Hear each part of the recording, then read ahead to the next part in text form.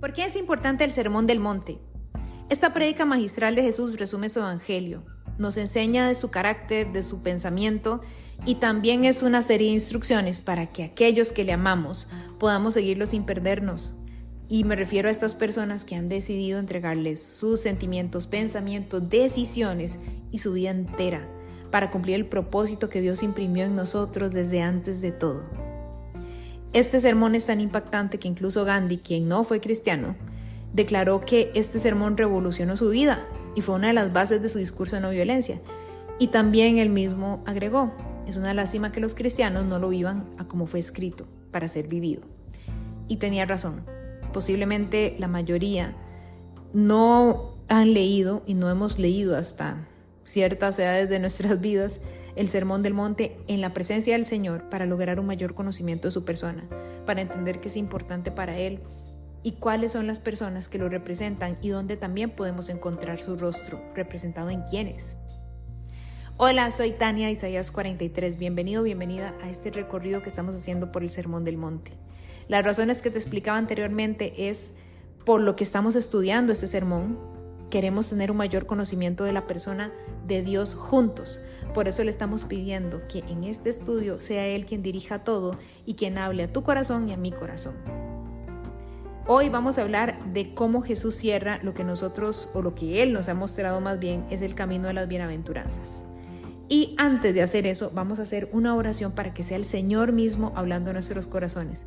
No un hombre, no una mujer, sino el Señor hablándote a vos y a mí. Amado Señor, te damos gracias, papá, por tu presencia en este momento. Gracias, Señor, por abrir las Escrituras delante de nuestros ojos y que seas tú quien nos indique el camino a seguir. Te pedimos, Señor, que transformes nuestros corazones para estar cada vez más cerca de ti, para el cumplimiento pleno de nuestro propósito, aquel que tú pusiste en nuestro corazón desde el principio de todo. Te damos gracias porque tú respondes a nuestro corazón y porque en este espacio te vas a glorificar en aquel que te lo pida. Gracias, Señor, por responder a corazones sinceros. Gracias, Señor, por enternecerte con aquellos que te buscan de verdad. Te pido que tomes tu espacio, toma tu lugar, que seas tú el primero y que seas quien hable para todos en esta hora. Amén. Ok, cuando Jesús cierra este camino de las bienaventuranzas, dice dos cosas que parecen estar un poco desconectadas de los versículos anteriores si no venimos entendiendo qué se trata el camino del bienaventurado. Como hemos visto en otros episodios, este es un camino porque una bienaventuranza me conecta a la otra.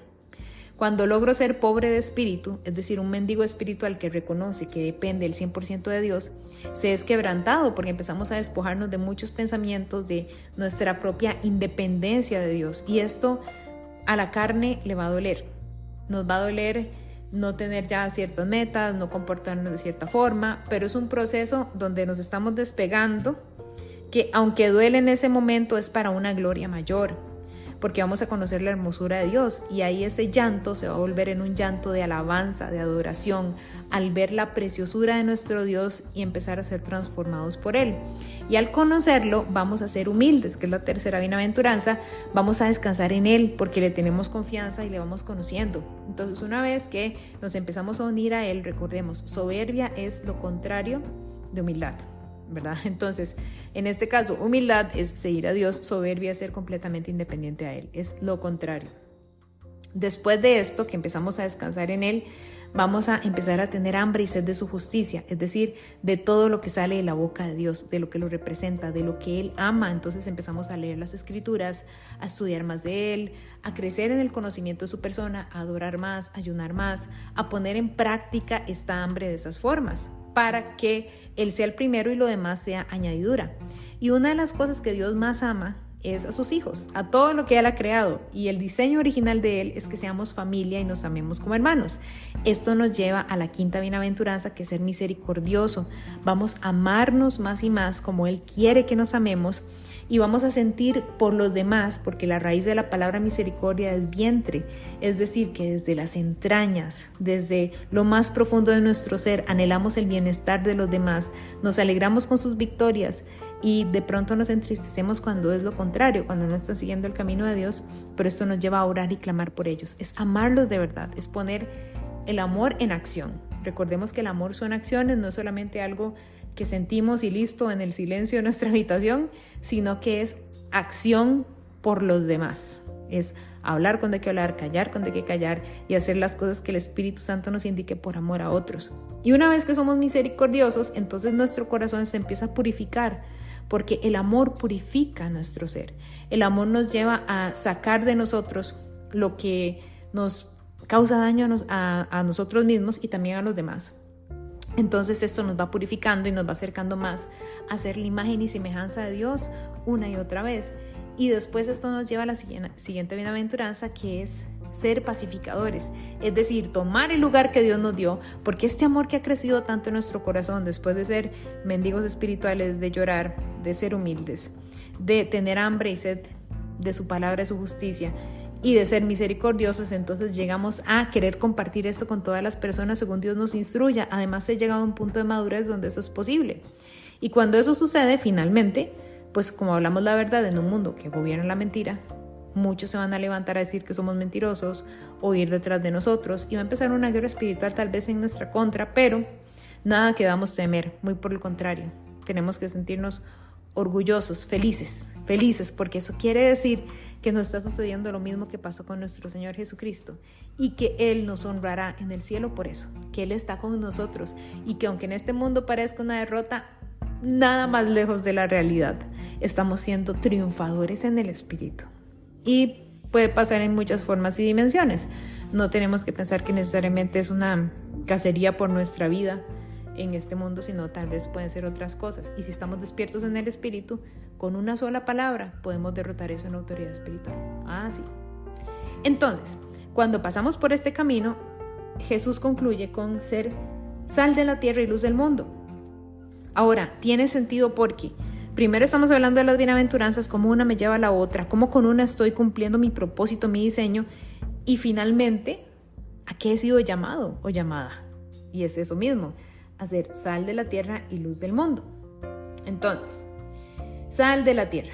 Debido a todo esto anterior que te acabo de contar, tenemos que ver las bienaventuranzas como la descripción de nuestro rol en este paso por el mundo, el propósito para el que fuimos hechos.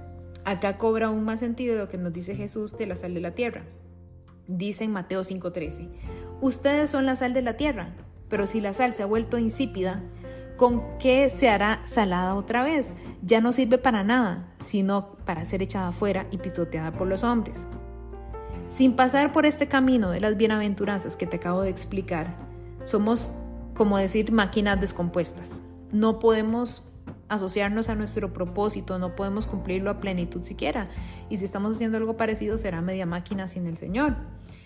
Personas que solamente estamos sobreviviendo cada temporada, que pasamos cada día viendo a ver qué sucede y pues tratando de hacer lo mejor de la vida, pero sin mayor motivación, sin una llama encendida en nuestro corazón que nos motive a levantarnos cada mañana de verdad, luchando con nuestras propias fuerzas, sin tener claridad en el futuro y en la realidad que verdaderamente importa, lo espiritual. En otras palabras, sal que no sala. Estamos viviendo la vida con desazón, sin darle sentido mayor a nuestra vida y a nuestro corazón, sin compartir este propósito con otras personas. Y como no funciona la sal, entonces no puede ser usada. Si somos una sal que no sala, no podemos ser usados y no estamos cumpliendo nuestro propósito. Y es una verdadera lástima. No me imagino un peor destino que llegar al final de nuestras vidas y decir, pues no sé qué hice, pero ahí sobreviví. Claro que no. Hemos sido llamados para cumplir un propósito y aquí estamos, para descubrirlo cuando lo tengamos que descubrir y para cumplirlo de la manera que Dios quiera. Ahora, la luz del mundo, veamos esto cómo se relaciona. Jesús continúa y nos da la mejor noticia. Le dice al bienaventurado lo importante que es su plan en el Espíritu y hasta para el mundo, aunque el mundo con sus velos y ceguera no lo vean así. Jesús sí lo ve, lo reconoce y lo complace y hasta honra a aquel que decide ser bienaventurado, por ende sal de la tierra y luz del mundo. Y dice así Jesús en Mateo 5 del 14 al 16. Ustedes son la luz del mundo. Una ciudad situada sobre un monte no se puede ocultar, ni se enciende una lámpara y se pone debajo de una vasija, sino sobre el candelero, y alumbra a todos los que están en la casa. Así brilla la luz de ustedes delante de los hombres, para que vean sus buenas acciones y glorifiquen al Padre que está en los cielos. Jesús mismo es la luz, así lo dice en el primer capítulo de Juan, del Evangelio. En este texto, Él mismo, la luz misma, nos está diciendo que nosotros cumplimos este propósito como su reflejo. Qué honra y qué honor que Jesús diga esto de nosotros y que nos vea de esta manera. Eso significa que, créeme, Jesús nos ve de una manera que vos y yo no nos logramos ver, y tenemos que confiar que somos exactamente eso que Él dice, que tanto nos cuesta. Esta luz nos fue dada para iluminar al máximo, no a medias, no un poquito. Si somos sal, es para ser salados. Si somos luz, es para alumbrar al máximo. ¿Qué sentido tiene recibir tantos dones si se esconden? ¿Qué sentido tiene recibir el poder del Señor si no se usa como Él dispone? Son cosas mal usadas, son diseños paralelos o antidiseños. La plenitud está en el diseño mismo como Dios lo creó. Así que tenemos que explorar, y esto lo descubrimos solamente siguiendo el camino del bienaventurado, dejándonos transformar de esa manera. Solo de esa forma logramos tomar nuestro propósito al final del camino como Él lo diseñó, y nos vamos a sentir plenos en Él, sabiendo que estamos siguiendo el camino para el cual fuimos diseñados. Sabemos que quien sabe usar la máquina al máximo es el fabricante, ¿verdad? Quien hace esta máquina, como el ejemplo que te ponía al inicio, y seguir sus instrucciones es lo que se debe hacer para que las cosas no se subutilicen y no se descompongan. Entonces, si el Señor es el que creó, nosotros como máquina, quien diseñó, el fabricante, tenemos que seguir sus instrucciones para poder utilizar nuestro diseño al máximo. Así que tenemos que hacer al pie de la letra lo que el Creador indique. Y lo más importante, entender el propósito que Dios depositó en nuestros corazones para cumplir su plan, lo glorifica. Eso es lo que dice Jesús al final, que estamos con nuestras buenas acciones, es decir, con el fruto de todo esto que estamos haciendo, glorificando a Dios, porque es evidencia que Él existe, que es su presencia en nosotros, porque lograr este grado de propósito, hablar con esta pasión de Dios, seguirlo en cualquier lugar, lo hemos hablado antes, en cualquier lugar que Él nos ponga, haciendo lo que Él quiera, el cómo no interesa, el punto es que vamos a ser plenos haciendo lo que Él quiere. De esta manera Él muestra a otros que Él verdaderamente existe. Porque no hay forma que un ser humano haga eso por sus propios medios. Tiene que ver algo detrás, algo más grande, y eso provoca curiosidad en quien nos rodea, y van a decir, ¿qué es eso que tiene esta persona? Yo lo quiero. Y es la mejor manera de evangelizar, con nuestras acciones, con amor puro, entregando manos llenas lo que el Señor puso en nuestras manos. No solamente memorizándonos palabra, por supuesto que es bueno leer la Biblia, es lo que estamos haciendo en este momento, pero no es memoria, es acción, es tomar esa palabra, dejar que nos transforme y ponerla en práctica, porque si no es solamente información y no es lo que queremos. Entonces, cuando esto glorifica a Dios, hace que más personas lleguen a Él. Cuando estas personas ven las buenas acciones, entonces eso que te estoy diciendo es caminar en el primer y segundo mandamiento. Porque al pasar el camino de las bienaventuranzas, yo inicié ese camino porque amo a Dios. Y conforme voy siendo pobre de espíritu, y me quebranta y lloro, y soy humilde, y luego tengo hambre y sed de justicia, y luego misericordioso, y así voy, el amor por el Padre va creciendo. El amor por Jesús va creciendo, el entendimiento de lo que Él hizo, de su misterio va creciendo. El sentir que el Espíritu Santo está aquí, en este momento y en este instante, con vos que estás escuchando y aquí conmigo, va creciendo. Entonces, como eso va creciendo, yo voy caminando más y más en el primer mandamiento, y cuando llego a la parte de misericordia, aprendo a amar a los demás, camino en el segundo mandamiento. Y así voy, una y otra vez, es hacer lo que al Señor le gusta. Entonces, para finalizar este segmento del Sermón del Monte, te quiero decir lo siguiente. El camino del bienaventurado no se recorre solamente una vez en la vida y ya, porque la obra es completa hasta cuando Jesucristo vuelva. Así lo dicen Colosenses, y es palabra viva y eficaz, ya lo sabemos. Es la verdad, es palabra profética segura, según dice en Primera de Pedro también. Entonces, como sabemos eso, tenemos que entender que somos trabajo en progreso siempre, que humildemente tenemos que reconocer que siempre necesitamos de Dios y que nuestro corazón es débil, pero que si nosotros estamos con Él, reconocemos sí que somos débiles, pero damos lo mejor de nosotros para parecernos a Él. Entender que tenemos que seguirlo con fidelidad y hacer nuestro mejor esfuerzo. Él nos va a hacer caminar esto una y otra vez, perfeccionándonos en cada temporada, en cada etapa de nuestra vida, según Él sabe que nosotros podemos hacerlo y según Él sabe que nosotros necesitamos hacerlo. Así que yo te invito a que reflexiones acerca de este camino del bienaventurado, que entendas que tu propósito, el mío y el de todas las personas, es ser sal y luz del mundo. Lamentablemente la mayoría no lo toma. El mismo Jesús dijo que la obra es mucha, pero los obreros son pocos, lo dijo en Mateo 9:35, y que tenemos que orar para que vengan estos obreros. Los obreros es lo mismo que los bienaventurados. Hay personas que de pronto dicen, Jesús no dejó ningún mandato, Él no obliga a nada, solamente nos dijo amar al Padre y luego a los demás. Yo creo que eso es una mala interpretación de la palabra. Ahí le estaban preguntando específicamente por los mandatos de la ley y se lo estaban preguntando unos fariseos y Él respondió. Entonces, Jesús sí nos dejó claro muchas cosas que tenemos que hacer. El Sermón del Monte es uno. Si Él dice, quieren encontrar a gente como a mí, vayan a las bienaventuranzas. Quieren encontrarme a mí, vayan a las bienaventuranzas. Y después dijo, la cosecha es mucha, pero los obreros son pocos.